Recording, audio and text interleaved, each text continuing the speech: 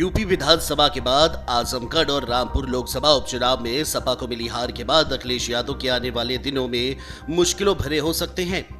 दोनों ही चुनाव अखिलेश के नेतृत्व में लड़ा गया, लेकिन असफलता ही हाथ लगी, जिसके बाद से ही विपक्ष और दोस्त दोनों ही उन पर तंज कस रहे हैं। उनकी ही पार्टी के नेता उनकी नीतियों की आलोचना कर रहे हैं और उनका परिवार भी उनसे कम नाराज नहीं है। अखिलेश के लिए आने वाले महीनों में सबसे बड़ी चुनौती अपनी पार्टी और परिवार को साथ रखना होगा। वहीं सुभाषपा अध्यक्ष ओपी राजभर कई बार अखिलेश यादव पर हमला बोल चुके हैं। राजभर अखिलेश यादव को राजनीति का पाठ पढ़ा रहे हैं, साथ ही ये भी दिखाने की कोशिश कर रहे हैं कि वो एक कमजोर नेता हैं, जिनके नेतृत्व में पार्टी लगातार चुनाव हार रही है। यही नहीं, ओपी राजभर यहां तक कहने से नहीं चुके कि अखिलेश इसलिए सीएम बने क्योंकि वो मुलायम सिंह यादव के बेटे हैं। इन सब बातों के इतर ओपी राजभर ने आगामी 2024 लोकसभा चुनावों को लेकर के भी प्रेशर पॉलिटिक्स शुरू कर दी है। राजभर ने कहा है कि लोकसभा की 80 सीटों में से 60 सीटों पर लड़े और बाकी 20 सीटें सहयोगी दलों को दें। बता दें कि अखिलेश यादव के विधानसभा चुनावों में अपनी जीत को लेकर आश्वस्त थे, लेकिन नतीजे कुछ और ही साबित हुए।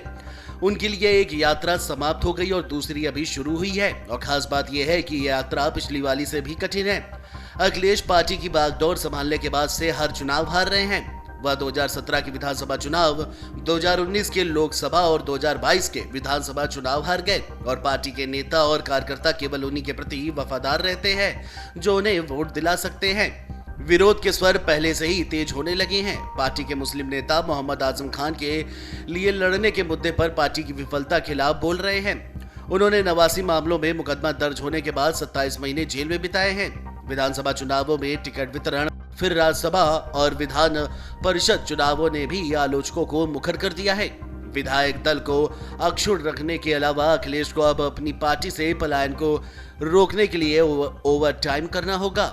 समाजवादी पार्टी पहले से ही टर्नकोट से भरी हुई है और इस बात की कोई गारंटी नहीं है कि ऐसे तत्व फिर से पीछे नहीं हटेंगे। दिलचस्प बात तो यह है कि यह टर्नकोट सपा के उम्मीद से कम प्रदर्शन का एक प्रमुख कारण है। जब टिकट बंटवारे की बात आती है तो अखिलेश ने अपने वफादार पार्टी के लोगों के बजाय बाहरी लोगों को चुना, और इसके कारण उनके कार्यकर्ताओं ने रोष देखने को मिला है। स्वामी प्रसाद मौर्य और धर्म सिंह सैनी की हार इसका उदाहरण है। स्वामी प्रसाद मौर्य को विधान परिषद के टिकट ने चुनावी हार के अपमान को और बढ़ाया है। सवर्ण के प्रति भी अखिलेश की रणनीति देखने लायक रही है। चुनाव के बीच अखिलेश ने प्रतापगढ़ में कहा था, राजा भैया कौन है। अवध क्षेत्र के कम से कम 6 जिलों में राजा भैया ठाकुर समुदाय के लिए एक प्रतीक है। अखिलेश की अनावश्यक टिप्पणी ने सुनिश्चित किया है कि ठाकुर ने समाजवादी पार्टी को वोट और समर्थन नहीं दिया, जिससे अरविंद सिंह गोप जैसे सपा के अपने ठाकुर नेताओं की हार हुई। सहयोग से राजा भैया ने 2003 में मुलायम सिंह को अपनी सरकार के लिए बहुमत हासिल करने में मदद की थी, और उन्होंने मुलायम और अखिलेश सरकारों में मंत्री के रूप में भी काम किया है।